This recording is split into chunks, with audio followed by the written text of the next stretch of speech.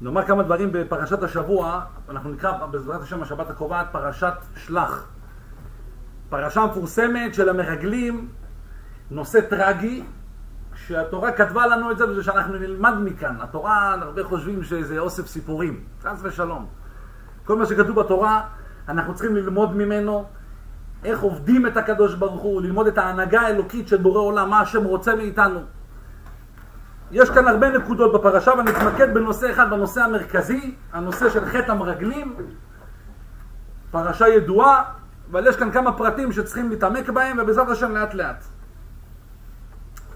כל הנושא של המרגלים, שעם ישראל בעצם היה במדבר, וכמו שנאמר, 11 יום מחורב, היו צריכים להיכנס לארץ כנען.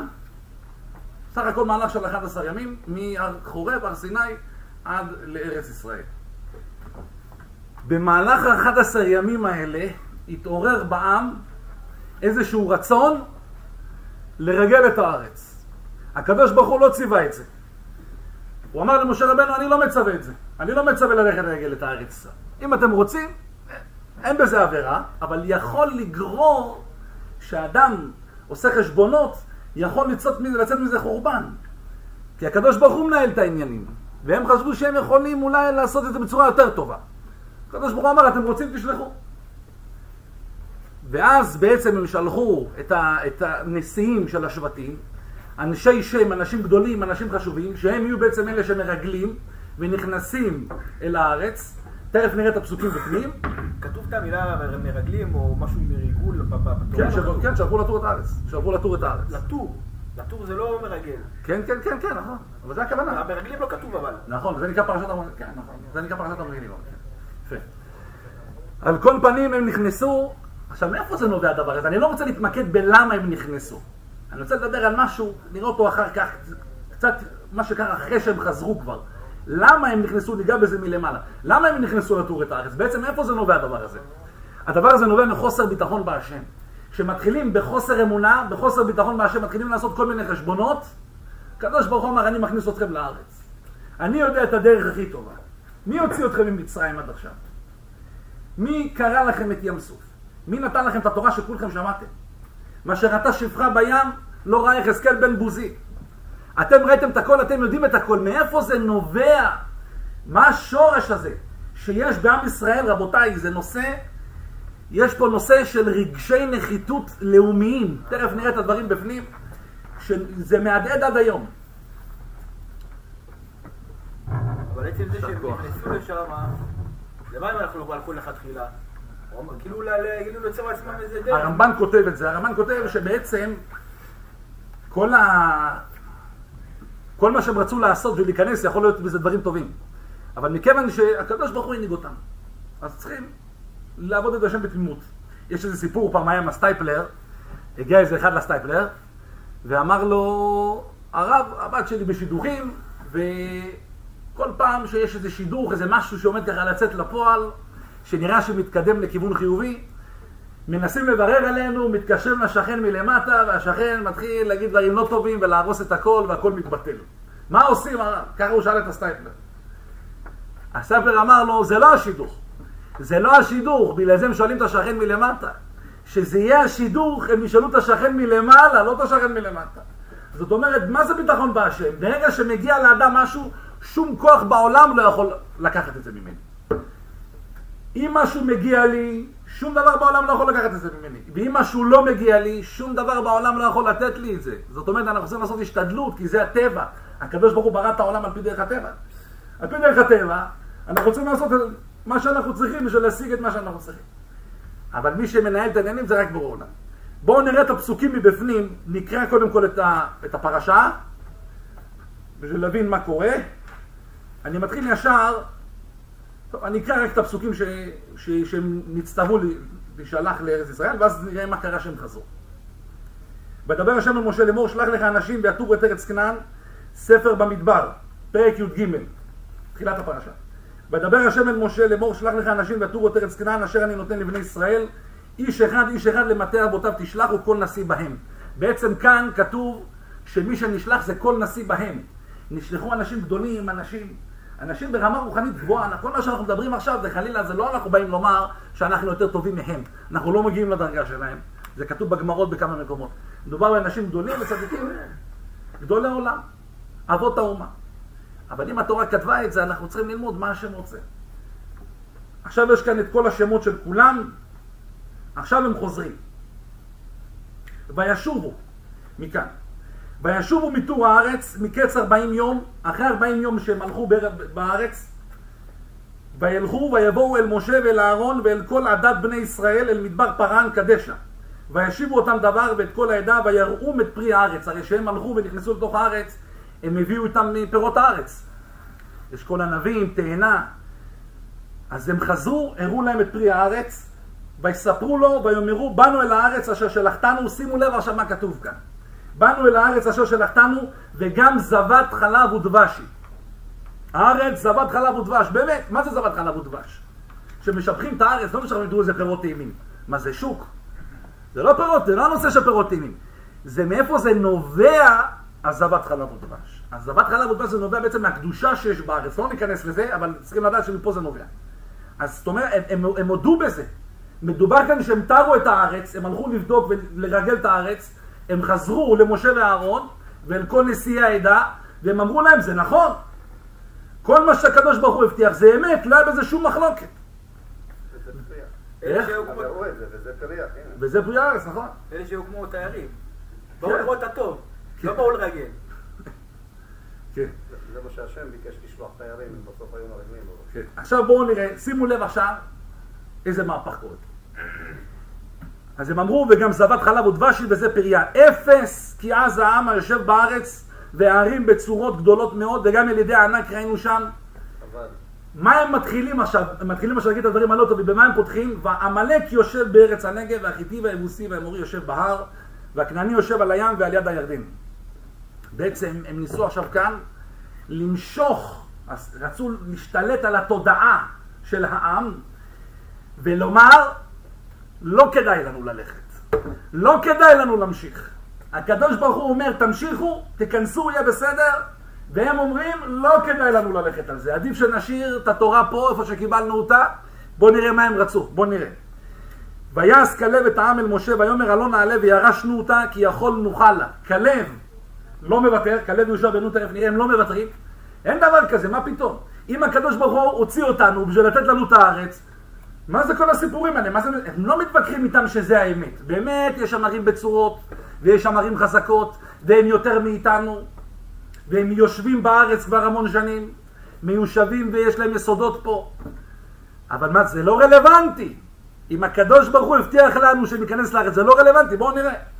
והאנשים אשר עלו עמו אמרו, לא נוכל לעלות אל העם, כי חזק הוא ממנו.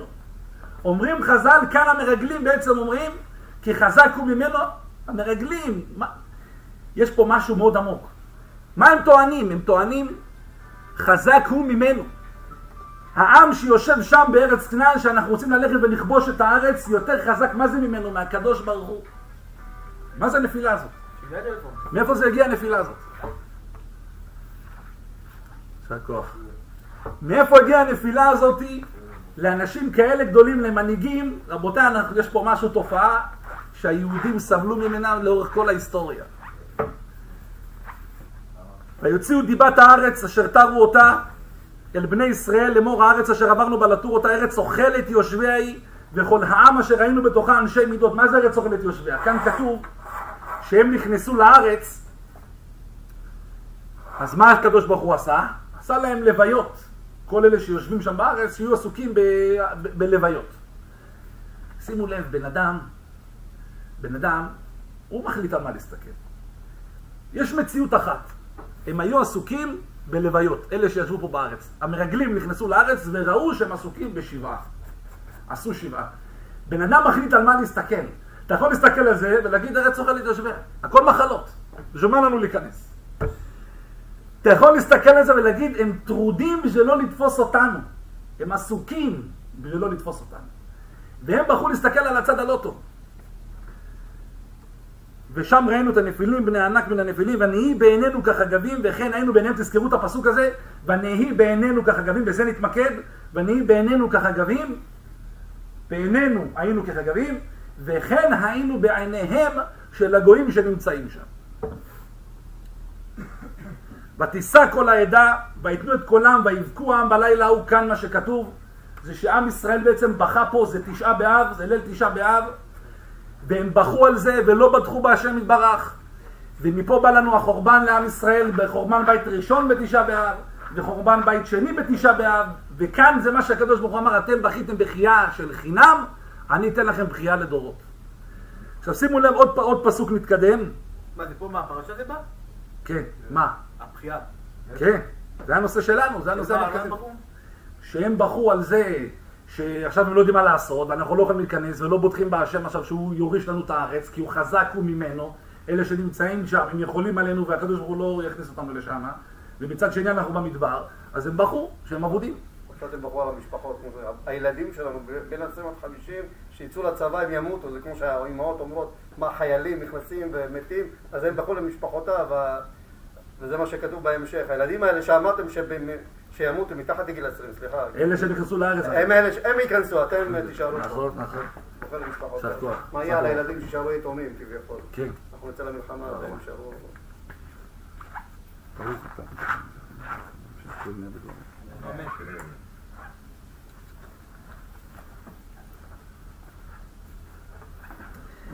וילונו על משה ועל אהרון כל בני ישראל, אני קורא עכשיו את הכל בשביל שנבין ואז נתמקד במה שאנחנו צריכים. וילונו על משה ועל אהרון כל בני ישראל ואמרו עליהם כל העדה, לומתנו בארץ מצרים ובמדבר הזה לומתנו. ולמה השם מביא אותנו לארץ הזאת? לנפול בחרב, נשנו וטפנו יהיו לבז, הלא טוב לנו שוב מצרימה. ויאמרו איש אל אחיו נתנה ראש ונשובה מצרים. בעצם עזבו אותנו מהמנהיגים, עזבו משה ואהרון, כלב ויהושע, עזבו אותם. נשים לנו נשיא חדש, נשים לנו מלך חדש, שהוא יהיה זה שילך ויוביל אותנו, ונחזור חזרה למצרים. יש פה, מאיפה זה בא? מה זה? מה כתוב פה? מה כתוב פה? ויפול משה ואהרון לפניהם לפני כל קהל עדת בני ישראל, ויהושע בן נון וכלב בן יפונה מן התרים את הארץ, הם חלק מהמרגלים, קראו בגדיהם. עכשיו, הם אמרו שאנחנו כן יכולים, והם רצו לרגום אותם באבנים. עכשיו שימו לב לפסוק. זה עכשיו יהושע וכלב אומרים לעם ישראל שהם נמצאים מולם, שעכשיו נמצא בפחד ובחשש, מבולבל, מנסים לשטוף לו את התודעה. אם חפץ בנו השם והביא אותנו אל הארץ הזאת ונתנה לנו ארץ אשר היא זבת חלב ודבש. אך בהשם אל תמרודו ואל תראו את עם הארץ כי לחמנו הם. אם חפץ בנו השם, זאת אומרת אנחנו מסכימים איתם עם כל הטענה שלהם, יש שם ענקים וחזקים והכל, אבל אם חפץ בנו השם, זה לא השאלה, זה לא הנושא. הנושא זה לא מי נמצא שם, זה לא רלוונטי מי נמצא שם.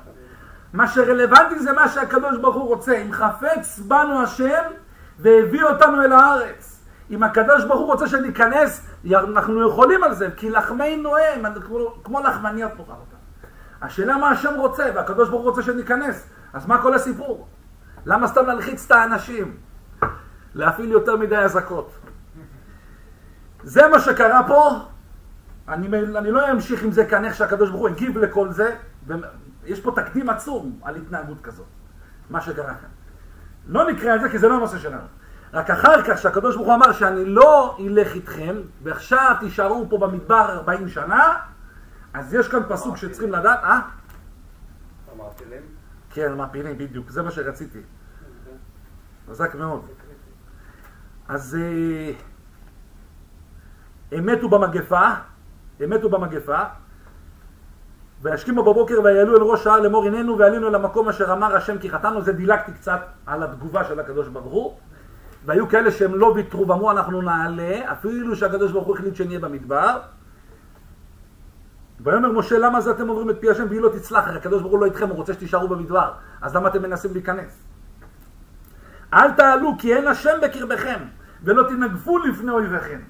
אתם תמותו אם אתם תנסו להיכנס, כי הקדוש ברוך הוא אמר שהוא לא ילך איתכם. המלאקי שם הכנעני, וזה מה שקרה. ויעפילו לעלות אל ראש ההר, ואהרון ברית השם ומשה לא משהו מקרב המחנה, משה רבנו לא הלך איתם, זאת אומרת הם הלכו לבד. וירד המלאקי והכנעני יושב בהר ההוא, ויקום ויקטום עד החורמה. זאת אומרת שהקדוש ברוך הוא לא הלך איתם, הם היו עבודים, ואין זכר לאנשים האלה. חוץ מזה שמעפיל. חוץ מזה שהם כתובים פה. עכשיו בואו צריכים להבין מה זה כל מה שהולך פה. איך מנהיגים כאלה גדולים, וזו תופעה, רבותיי, מה שאני אגיד, הדברים שאני אומר, זו תופעה שמלווה אותנו לאורך כל ההיסטוריה. ואנחנו רוצים לדעת את הדברים האלה. איך קורה שמנהיגים של עם ישראל, כאלה גדולים, כאלה ענקיים, פתאום מגיעים למצב שהם בהשם אל תמרודו, זאת אומרת, הם מרדו בהשם. הם מרדו בהשם, היה להם כאן חוסר אמונה, אנשים שראו את יציאת מצרים. איך הגיעו למצב כזה? אז מקודם הזכרתי שנתמקד כאן בפסוק. ושם ראינו את הנפילים בני הענק, מן הנפילים, ונהי בעינינו כחגבים, וכן היינו בעיניהם. מה כתוב פה? שאנחנו, הם אומרים ככה, שאנחנו נכנסנו לארץ, ראינו את עצמנו כחגבים, וכן היינו בעיניהם. אני אקדים קודם כל קצת פסיכולוגיה, בשביל שנבין את הפסוק הזה. השפת אמת מבאר כאן איזשהו רעיון שצריכים לדעת, צריכים להבין אותו. מה זה חוסר ביטחון? חוסר ביטחון בהשם. חוסר ביטחון עצמי. חוסר ביטחון עצמי, אדם שיש לו חוסר ביטחון עצמי. ומה זה רגשי נחיתות? צריכים קודם כל לבאר ברעיון האישי, קודם כל באדם הפרטי לעצמו. לא באסון הלאומי שכתוב פה. האדם הפרטי לעצמו. מה זה ביטחון עצמי? ומה זה רגשי נחיתות? זה שני דברים שונים לגמרי. יש ביניהם מכנים משותף, זה משפיע אחד על השני, אבל זה שני דברים שונים. ביטחון עצמי, רבים חושבים מה זה ביטחון עצמי? מה שאני אומר, אני כל הזמן צודק. אף אחד לא יכול להתווכח איתי. מה שאני כל הזמן צודק. אני תמיד, כל מה שאמרתי, זה הכי נכון.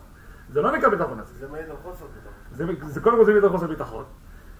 כי הוא מנסה לחזק אצלו, וגם זה נקרא גאווה. זה אדם שהוא שחצן, זה נקרא בעל גאווה. אדם שחושב שכל מה שהוא אומר הוא צודק, זה נקרא בעל גאווה.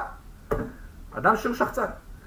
ביטחון עצמי זה סיפור אחר לגמרי. ביטחון עצמי, מה שאני אומר ומה שאני עושה, אני לא יודע אם זה נכון או לא, צריך איש מקצוע שיבדוק.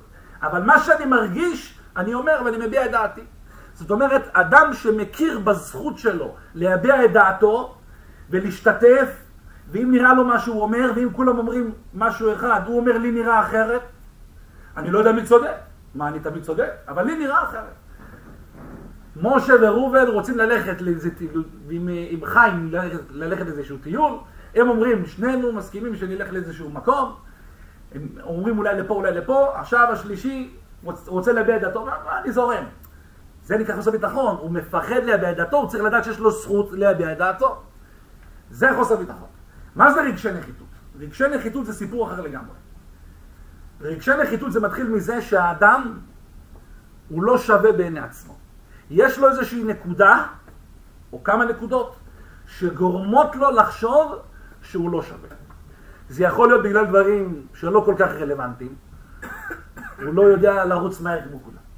וזה יכול להיות בגלל דברים שהם יותר עקרוניים, שחסר לו, יש לו איזה חיסרון, איזה משהו. זאת אומרת, למעשה הוא לא שווה בעיני עצמו. אדם שהוא לא שווה בעיני עצמו, הוא רואה אצלו חיסרון. והוא רואה את החיסרון הזה. והמציאות, צריכים לדעת שהמציאות היא תמיד מציאות אחת. כל האנשים בעולם רואים את אותה מציאות, אבל כל אחד קורא אותה לפי הרגשות שלו, לפי התכונות שלו. בעצם המציאות היא אחת. אדם שיש לו רגשי נחיתות, אצלו יש איזשהו חיסרון, והוא קורא את המציאות לפי החיסרון שלו. מישהו ישב על הכיסא, אתם יודעים למה הוא ישב על הכיסא? הוא עשה לי דווקא. בגלל שהוא לא מעריך אותי, אני ישבתי כאן, וזה לא נכון, זה לא המציאות בכלל. הוא לא ידע, אדם ראה כיסא פנוי מסכן, בית ישב על הכיסא. זה שישב שם לפני כן, היה לו רגשי נחיתות, מה הוא אומר? הוא רואה את החיסרון של עצמו. אז הוא חושב שגם השני רואה את אותו חיסרון. אז הוא עשה לי את זה בגלל החיסרון. זה נקרא רגשי נחיתות. זאת אומרת, אדם שקורא את המפה בצורה לא נכונה, המציאות היא אותה מציאות, השאלה איך קוראים אותה. כל אחד קורא את המציאות לפי הרגש שלו, לפי התכונות שהוא בונה לעצמו. זאת אומרת, אדם אחראי על עצמו. אדם הוא מחליט לעצמו אם להיפגע. אדם מחליט לעצמו אם לחשוב מה חשבו עליי. זה רגשי נחיתות. לא מה חושבים עליי, זה מה האדם חושב שחושבים עליי. בגלל החיסרון שלו, הוא חושב שחושבים עליו. זה נקרא רגשי נחיתות. בדרך כלל זה הפוך, זאת אומרת, מה שהוא חושב זה משפיע על הפרשנות, ובעקבות הפרשנות בא הרגש. זאת אומרת, זה התגובה הרגשית. זה התגובה. התגובה הרגשית באה אחרי. נכון. זאת אומרת, אם אני רואה אירוע, ואני מפרש אותו בגלל רגשי נחיתות, או בגלל חוסר. נכון. ואז אני אומר, אבל התגובה הרגשית כעס, נכון, נכון. אם הייתי מפרש יש את זה פרשנות ואחרי זה התגובה התגובה. הרגשית לא הייתה באה ככה, הפרשנות היא המציאות. קריטית. נכון. שימו לב לפסוק. ונהי בעינינו כחגבים, וכן היינו בעיניהם. אנחנו היינו בעינינו, בעיני עצמנו, היה לנו חיסרון, ראינו את עצמנו בתור חגבים. לכן וכן היינו בעיניהם. מכיוון שראינו אצלנו חיסרון, שימו לב איזה רגשי נחיתות, ראינו אצלנו חיסרון, ונהי בעינינו כחגבים. לכן וכן היינו בעיניהם. אנחנו חשבנו שזה גם מה שהם רואים אותנו. שהם הלכו וטיילו בארץ, אף אחד לא התייחס אליהם. מה הם חשבו? למה לא מתייחסים אלינו? מאיפה הם יודעים בכלל מה חשבו עליהם? מאיפה הם יודעים מה חשבו עליהם? כתוב במדרש, זו שאלה שהמדרש שואל אותו. מאיפה הם ידעו מה חשבו עליהם? בני בעינינו, אתה חושב מה אתה חושב על עצמך, אתה חושב מה אתה חושב על עצמך? מאיפה אתה יודע מה השני חושב עליך? אומר המדרש שהם יכלו לחשוב שהגויים האלה חשבו סתם, ראו אנשים מטיילים פה. אבל לא, בגלל שהיה להם חיסרון ואני בעינינו כחגבים, כן היינו בעיניהם שגם הם ראו אותנו כמו אנשים קטנים שלא שווים ולא מהווים שום איום, לכן הם לא התרגשו מאיתנו בכלל. הם לא עשו מאיתנו עסק. הם אפילו לא ניסו לתפוס אותנו. הם קלטו אותנו, אבל לא ניסו אפילו לתפוס אותנו, בגלל שהיינו כל כך קלים וחלשים בעיניהם. מאיפה זה נובע? אמרנו, בשביל הרגש הזה, צריך שיהיה אצלם רגש פנימי קודם כל. איזשהו חיסרון פנימי. מאיפה נובע החיסרון הפנימי הזה? שגרם להם לחשוב שגם הגויים רואים אצלהם את החיסרון הזה. על איזה חיסרון מדובר? אז הקדמנו מקודם שהם הגיעו, המרגלים שהגיעו למשה ואהרון, הם הביאו מפירות הארץ, והם אמרו זה ארץ זבת חלב ודבש, את כל המעלות, ופתאום יש פה מילה מסתורית. אפס, אחרי שהם אמרו את כל מה שהם אמרו, הדברים הטובים, מגיע המהפך. אפס כי אז העם היושב בארץ וערים בצורות וכולי וכל ההמשך. ואז הוציאו דיבת הארץ. מה זה אפס? מה פירוש המילה אפס? אפס כי אז העם, מה זה מילה אפס? כמו אבל, זה כאילו זה מאפס את מה שהיה קודם. זה דומה, זה דומה. כמו אבל. זה דומה, כן, זה דומה. אפס הכוונה, אומר אברבנאל הספורנו מסבירים כאן, כל מה שהסברנו וכל מה שראינו בעיניים ביציאת מצרים וכל ההבטחות של הקדוש ברוך הוא וכל הליווי הצמוד שבורא מלווה אותנו לאורך כל הדרך. אפס, הכוונה, זה הכל אפס. זה הכל לא שווה בעינינו. מכיוון שהיה להם רגשי נחיתות פנימית, שהמעלה שלהם זה אפס, זה לא שווה, ממילא נבע להם חיסרון, והם הרגישו, שימו לב, רואים את הדברים האלה, אנחנו רואים את הדברים האלה. עד היום נלחמים בתורה. עד היום יש כאלה שמרגישים שהדת זה דבר פרימיטיבי. בואו ניישר קו עם אומות העולם, ככל הגויים עם ישראל. נתקבל למשפחת העמים. נהיה חלק מאומות העולם, יאהבו אותנו. נהיה כמו כל אומות העולם, יאהבו אותנו. התורה, תשאיר אותה בשביל הפרימיטיביים, שעוד לא השתכללו הם עדיין עסוקים בהיסטוריה, הם שייכים להיסטוריה. כל מיני ביטויים שהשם ירחם. הרגשי נחיתות האלה, אומות העולם יכולים לעשות מה שהם רוצים. אנחנו תקועים עם המצוות של השם חס ושלום. אפס. כל מה שדיברנו, כל המעלות, בעינינו זה כאפס. אין לנו, אנחנו לא רואים בזה שום דבר חיוני. לא רואים בזה שום מעלה. לכן אנחנו רואים את זה, שאז העם זה חזק ואנחנו לא יכולים להתגבר אליהם. לכן היינו בעינינו כחגבים, וכן היינו ביניהם, גם הם רואים אותנו כמו חגבים. ולמעשה אני שואל אתכם, זה האמת? הם אומרים, אנחנו רואים את עצמנו כמו חגבים. וגם אומות העולם לא מעריכים את זה. הם גם חושבים שאנחנו כמו חגבים. אני שואל אתכם, זה המציאות. זה הדבר הכי טיפשי שיכול להיות. הרי אומות העולם העתיקו מאיתנו. מה זה נצרות? מה זה אסלאם? מאיפה זה נובע כל הדברים האלה? זה דתות שקמו מעשה ידי אדם. למה? לחקות את היהדות. יש בורא לעולם שבחר בעם ישראל, בסדר. אנחנו הרבה, אנחנו 1.5 מיליארד, 2. נגיד שהוא עזב אותם, נספר סיפורי, ועכשיו הוא בחר בנו. זה שקר.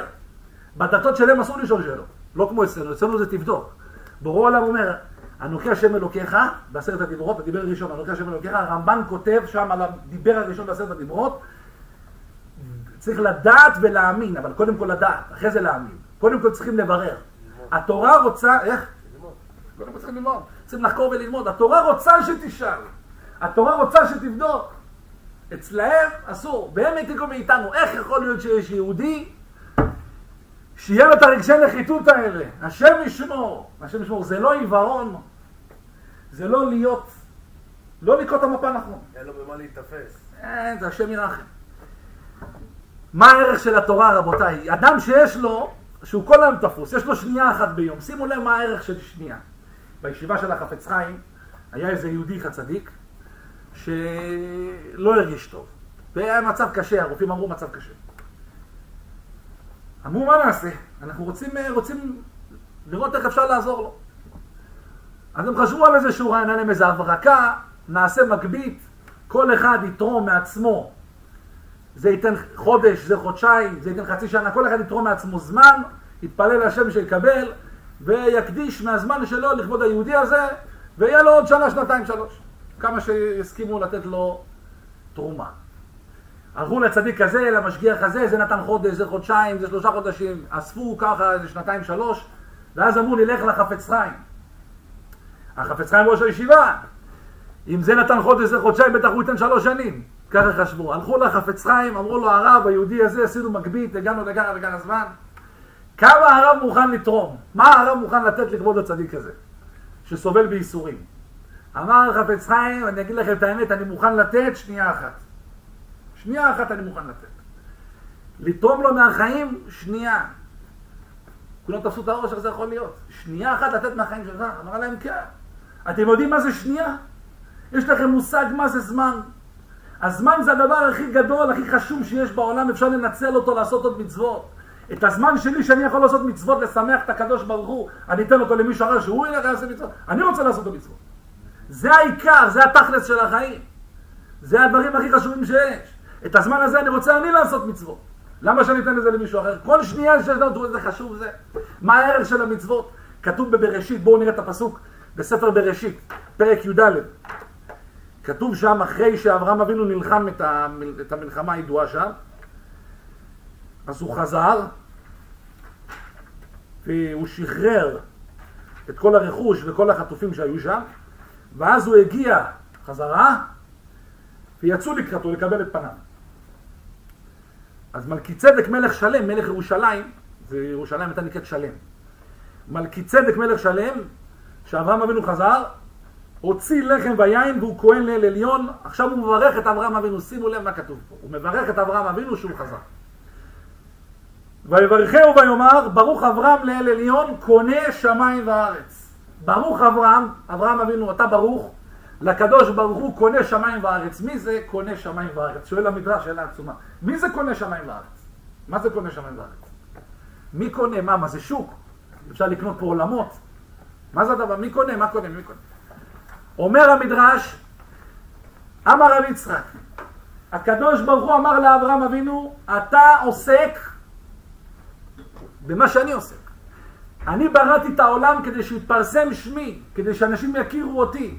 ואתה הולך לאנשים ואומר להם, בואו תעשו טובה, בואו תאכל משהו, תעשה נטילת ידיים, תברך, תעשה ברכת המזון. אתה מגלה לאנשים שיש בורא לעולם. אני בראתי את העולם בשביל מה? כדי לפרסם את שמי, שיכירו אותי. אני רוצה להיטיב עם כולם, שידעו אותי, שיתחברו אליי. ואתה הולך ומחבר אנשים אליי, אתה מגלה לעולם שיש בורא לעולם, יש מנהיג אמיתי לעולם. הרי אתה קונה שמיים וארץ. הקדוש ברוך הוא אומר לאברהם אבינו, אתה שותף איתי במעשה בראשית. לא שותף באיזה קיוסק, באיזה חנות נעליים, שותף עם בורא עולם. אדם שעוסק במצוות, אדם שעוסק בתכלית. דעו לכם, זה חלילה, זה לא, יש אנשים מבינים את זה לא נכון. חושבים כאילו יש כאן איזושהי גאווה.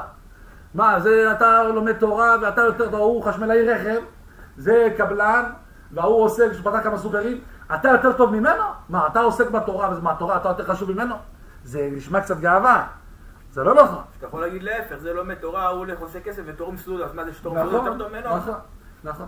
מה זה גאווה? מאיפה זה נובע? מה זה גאווה? שאדם מתנסה, בשביל להתנסות על מישהו אחר, קודם כל אנחנו, בשביל להתנסה על מישהו, קודם כל צריך שיהיה לי משהו שאין לו. בן אדם שמתנסה על מישהו אחר במשהו שאין לו, שאין לו יותר ממנו, שהם שווים, אז זה התנסות טיפשית, זה טיפש.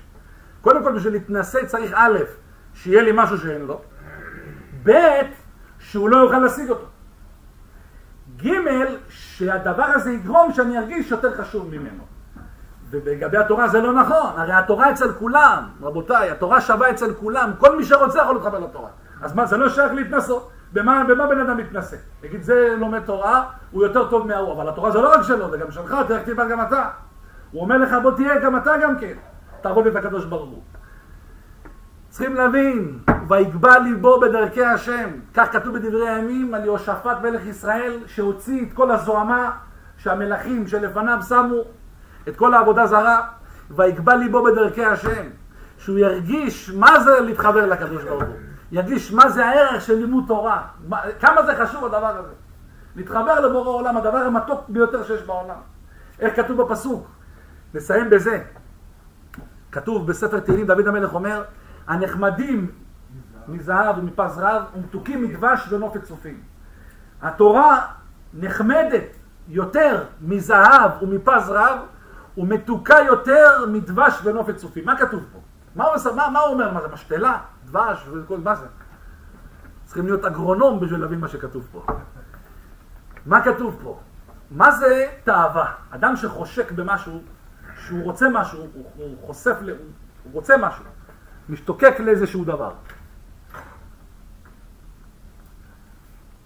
ככל שהוא משתוקק לדבר הזה יותר, זה רק מעיד שהדבר הזה לא מספק אותו.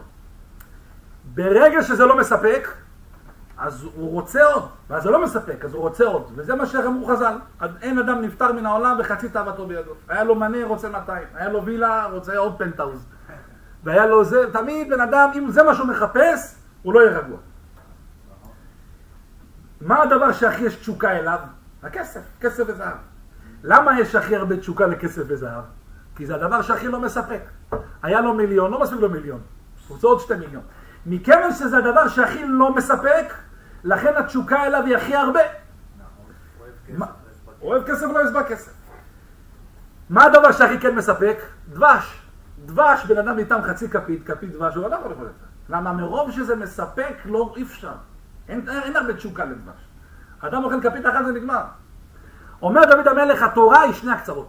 מצד אחד היא נחמדת, חומדים אותה, רוצים אותה, היא יותר מזהב וכסף. עכשיו מה תגיד? שזה לא מספק, שזה לא טעים, הוא מתוקים מדבש ונופת צופים. זה נותן סיפוק לאדם יותר מדבש, ורוצים את זה יותר ממה שרוצים כסף. זה התורה, רבותיי, ואנחנו זכינו להיות אלה שקיבלנו את התורה הקדושה. כמה אנחנו צריכים להעריך את התורה הקדושה? בשני הכיוונים. בשני הכיוונים. בעצם בניגוד למה שהבן שלו אמר, שלמה כתוב, דבש מצאת יכול דייק ותשבע והכתו. בתורה אין תשבע והכתו. בתורה אין את כמה זה. שהיא משביעה, אתה יכול... הנה, בבקשה. הנה. בקיא בתנ"ך חזק. הקדוש ברוך הוא יזכה את כולנו בעזרת השם לראות את האמת, לראות את דרך האמת, לקרוא את הדברים נכון בצורה נכונה, לקחת את הדברים בפרופורציה הנכונה, להתחבר לאמת ולקיים את רצון השם. זה מה אנחנו רוצים. אנחנו רוצים לעשות את רצון השם יתברך. מה השם רוצה, בעזרת השם יאיר לנו, בדרך הזאת נלך ונהיה הכי שמחים והכי מאושרים בעולם.